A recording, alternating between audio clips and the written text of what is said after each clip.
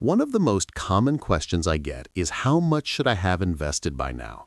Most people have no idea if they're on track, behind, or ahead, and that uncertainty creates anxiety. The truth is, there are specific benchmarks based on your age that can tell you exactly where you should be, and more importantly, what to do if you're behind.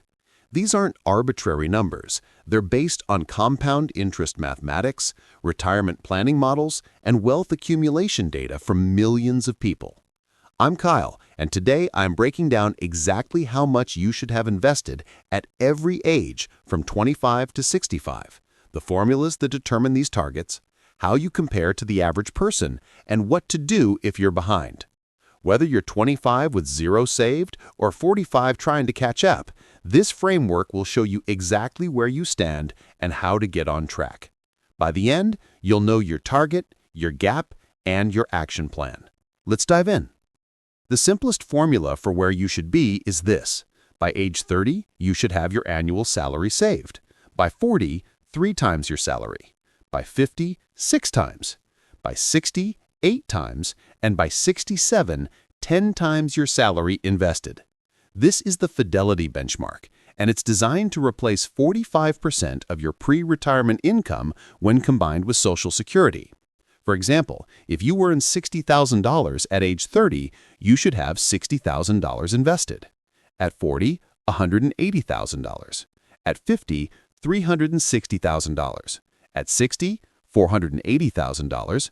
At 67, $600,000.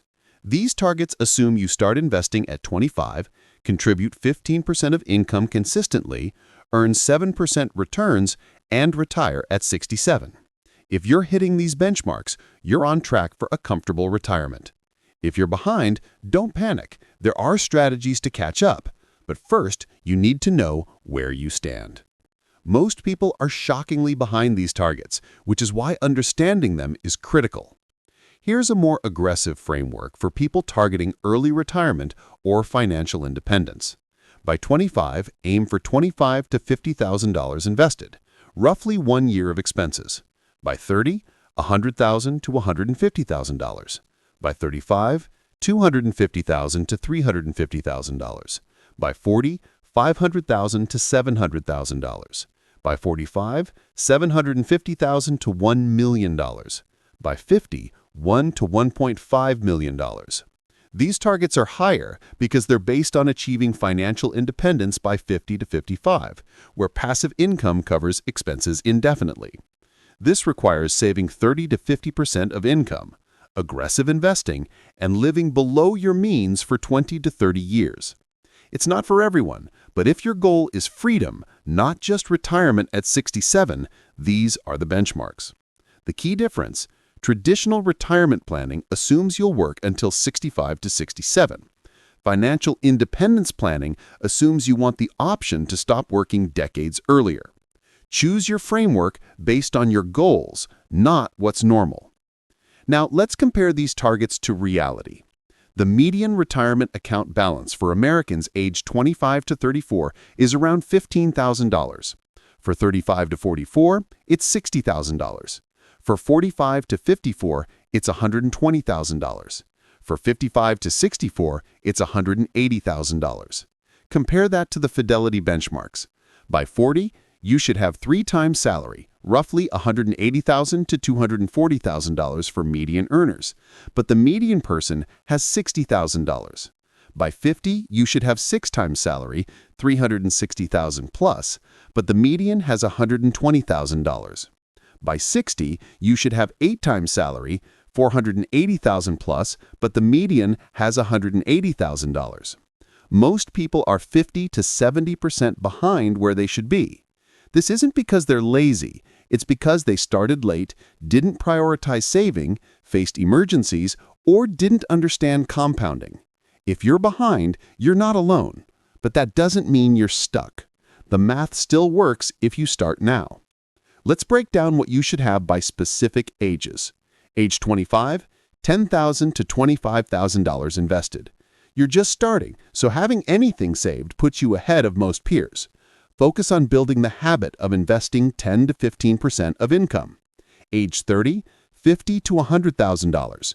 This is where compounding starts to show.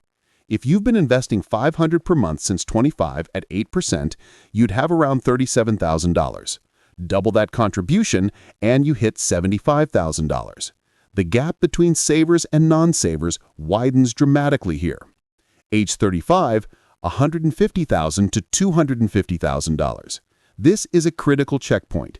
If you're below $100,000 by 35, you need to aggressively increase contributions. At this age, time is still on your side, but the window is narrowing. If you hit $200,000 by 35, you're positioned to reach $1 million by 50 with consistent investing. This decade, 30 to 40, is where wealth is built or lost. Age 40, $300,000 to $500,000 invested. At 40, you should have at least 3 times your annual salary saved, ideally more. If you're at $400,000, you're on a strong path to 7 figures by 55. If you're below $200,000, you need to take aggressive action, cut expenses, increase income, max out retirement accounts. The 40s are peak earning years for most people, which means this is your last major opportunity to catch up before retirement planning becomes critical. Age 45, $500,000 to $750,000. At this point, compounding is doing heavy lifting. Your investment should be generating $40,000 to $60,000 per year in returns alone. If you're below $400,000, you're behind, but recovery is still possible with disciplined saving and aggressive contributions for the next 10 to 15 years. The 40s are make or break. People who accelerate here retire comfortably. People who coast struggle. Age 50, $750,000 to $1.2 million invested. At 50, you should have 6x your salary saved. If you're at $1 million, you're on track to retire with $2 to $3 million by 65-67, which generates $80,000 to $120,000 annually using the 4% rule. If you're below $500,000, retirement at 67 is still possible, but it requires maximum contributions and no lifestyle inflation for the next 15 years. The 50s are when reality sets in. You either have enough or you're panicking. Age 55, $1 to $1.5 million. At this stage, you're in preservation mode. Growth is still important, but protecting what you've built becomes priority. If you're below $750,000, you'll likely need to work past 65 or adjust retirement expectations. Age 60, $1.5 to $2 million. This is the final push. At 60 with $2 million, you can retire comfortably at 65. Below $1 million means extended working years or reduced lifestyle in retirement. Here's the formula to calculate your personal target. Take your current age, subtract 25, and multiply by your annual income, then divide by 5. For example, if you're 35 earning $70,000, 35 minus 25 equals 10 times $70,000 equals $700,000 divided by 5 equals $140,000 target. This is a rough guideline, but it gives you a baseline. Another formula, multiply your age by your annual income, then divide by 10.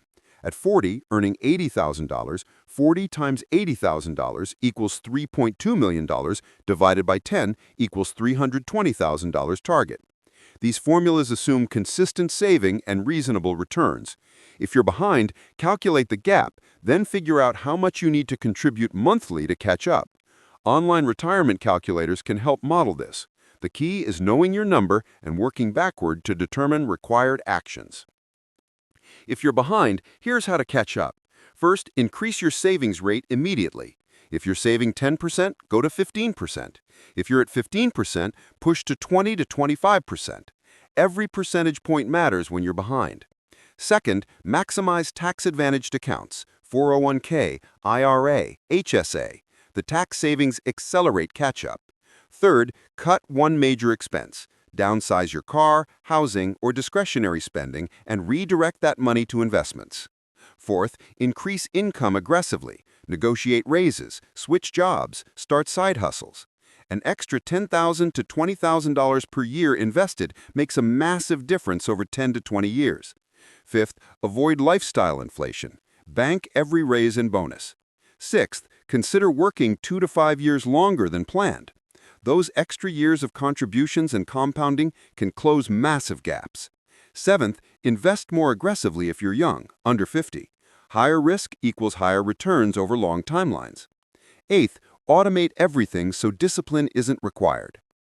Let's talk about what happens if you do nothing. If you're 40 with $50,000 saved and you don't change anything, you'll retire at 67 with maybe $200,000 to $300,000 that generates $8,000 to $12,000 per year using the 4% rule. Combined with Social Security, now $20,000 to $25,000 per year for average earners, you're living on $28,000 to $37,000 annually in retirement. That's poverty. You'll struggle, stress about money, and likely have to work part-time well into your 70s. Now compare that to starting aggressive action today. If you're 40 with $50,000 and you contribute $1,500 per month for 27 years at 8%, you retire with $1.5 million. That generates $60,000 per year plus Social Security equals $85,000 per year in retirement. Comfortable, secure, and free. The difference between action and inaction is the difference between poverty and freedom. The math doesn't lie. You decide. The people who hit these benchmarks consistently share specific habits. They start investing in their 20s, even with small amounts. They automate contributions so saving happens before spending. They live below their means and resist lifestyle inflation. They invest in low-cost index funds and let compounding work. They increase contributions with every raise. They avoid withdrawing from retirement accounts early. They stay invested during market downturns. They track net worth annually and adjust strategies as needed. They prioritize wealth building over consumption. They educate themselves continuously about investing and personal finance. These aren't secrets, they're disciplines. Most people know what to do, but don't do it consistently. The people who hit these benchmarks simply execute for decades without stopping. That's the entire difference. At the core, knowing how much you should have invested by your age gives you clarity, urgency, and a roadmap. The benchmarks are clear. By 30, 1x salary. By 40, 3x salary. By 50, 6x salary. By 60, 8x salary. By 67, 10x salary. If you're on track, celebrate and maintain discipline. If you're behind, don't panic, calculate your gap, increase contributions aggressively, cut expenses, and give yourself a runway to catch up. Start today. Calculate where you should be using your age and salary. Compare it to your current balance. If there's a gap, commit to closing it by increasing contributions this month. Track progress quarterly. Adjust as needed. Tell me in the comments, are you on track for your age? And if not, what's one thing you'll change this week? The benchmarks are the map. Your actions determine whether you reach the destination. Let's build.